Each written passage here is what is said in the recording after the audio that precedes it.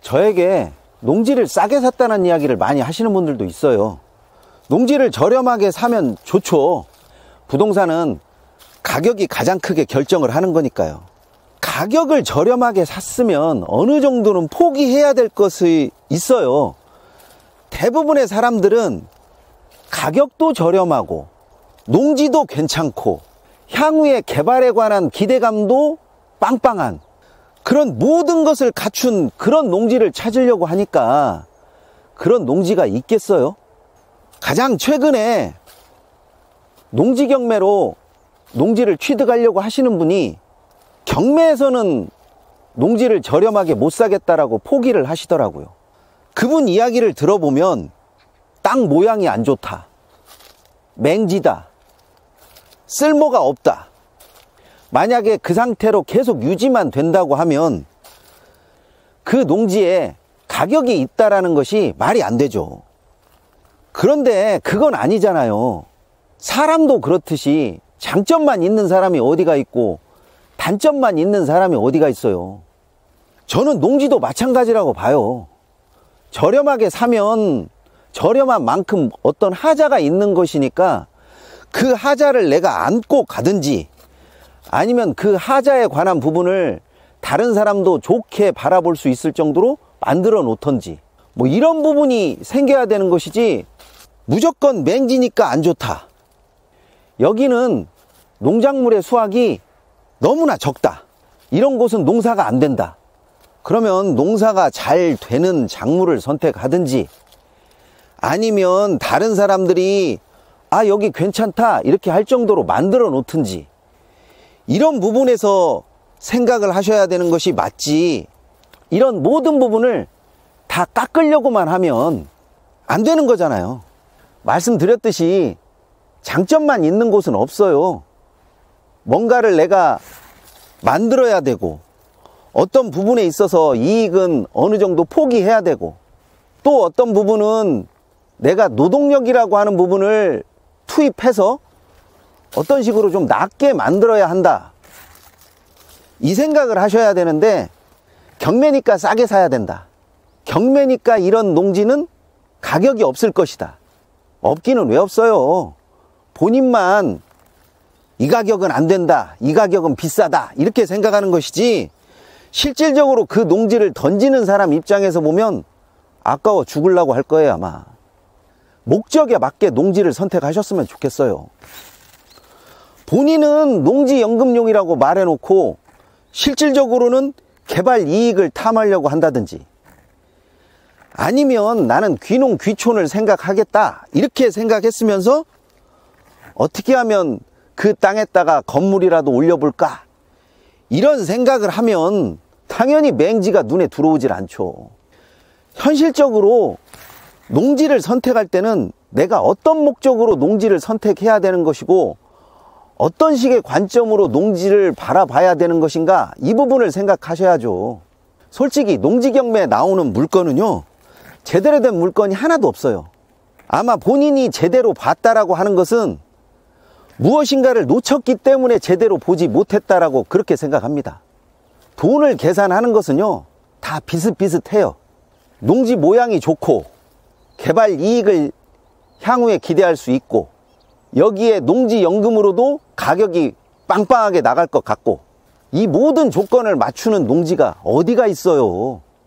농지연금용 농지에서 말도 안 되는 수확량을 기대하면 안 되고요.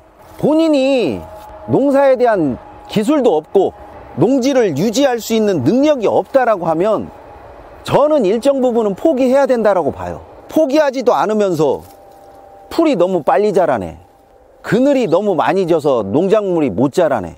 아니, 농지연금용 농지를 찾으면서 수확량을 기대한다라는 것은 애초부터 목적에 맞는 농지가 아니었다라는 이야기예요. 똑같은 이야기인데 귀농 귀촌을 위해서 농지를 고르는데 여기에 개발 이익까지 함께 있으면 좋겠다. 누구나 꿈꿀 수는 있지만 거기에 딱 맞아 떨어지는 농지가 있을 거라고 보십니까? 예, 그런 농지는 없어요. 그런 농지를 찾으려고 한다라기보다는 그런 농지를 만들려는 노력이 필요한 거죠. 노력도 없이 딱 뭔가 갖춰져 있는 것을 찾으려고 하면요, 당연히 그런 부분에 있어서는 비용이 들어가는 거죠. 목적에 맞게 했으면 좋겠어요. 목적에 맞게. 귀농귀촌을 한다 그러면 내가 얼마나 귀농귀촌의 삶에 잘 젖어 들어갈 수 있냐, 또 이런 농지를 찾으면 내가 얼마나 행복한 여가 생활을 즐길 수 있을 것인가, 이런 부분에 신경을 써야 되는 거지. 귀농귀촌 하시려고 하면서 돈 벌려고 하고, 농지연금용 농지 찾으려고 하면서 수확물에 대한 기대를 한껏 하시는 분들, 안 맞아요. 현실과 동떨어진 이야기를 하면서 제가 너무나 욕심이 없이 이야기를 한다라고 그렇게 저를 타박하시면 안 되죠. 아, 이 농지에서는 수확물을 기대하면 안 됩니다. 이런 농지는 꽤 오랫동안 묵었던 농지이기 때문에 농지를 유지하는 것도 쉽지가 않습니다. 제가 이렇게 말씀을 드리거든요. 잘 안 믿죠. 이제까지 한 번도 농사에 대한 생각을 안 해보신 분이 단 1년 만에, 2년 만에 제대로 된 수확물을 가지고 나올 거라고 생각하는 것 자체가 말이 안 되는데, 농지 유지하고 농사 짓고 풀 관리하는 거 되게 간단하게 생각하시는 분들이 많더라고요. 그렇지 않아요. 농지연금에서 말하는 영농경력 5년도요, 힘들어요. 첫 해, 두 해는 어느 정도 해볼 수 있겠지만 조금만 지나면 그게 얼마나 힘들다라는 것을 알 거예요.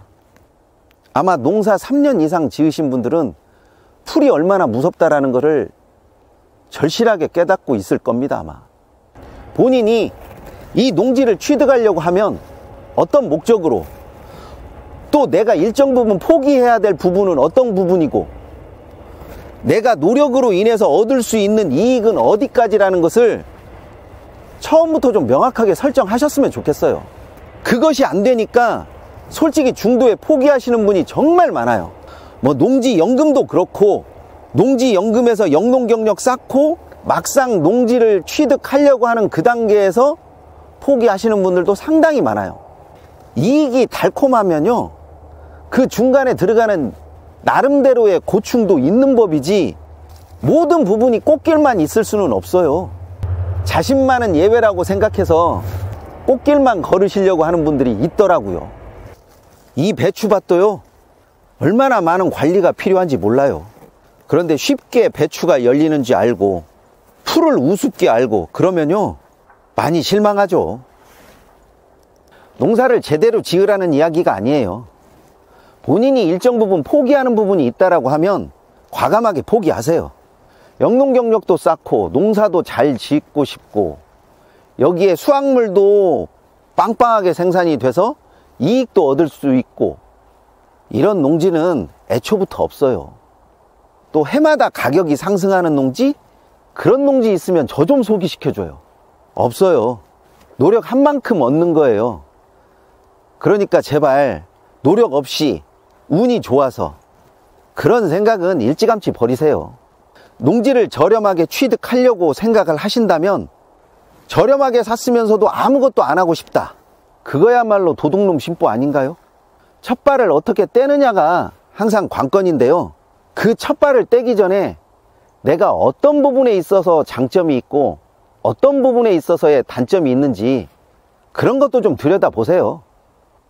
현미경 카페에 농지연금 이론 자료를 올려놨어요. 필요하신 분은 신청하시면 보내드립니다. 이번 시간은 여기까지 하도록 하겠습니다.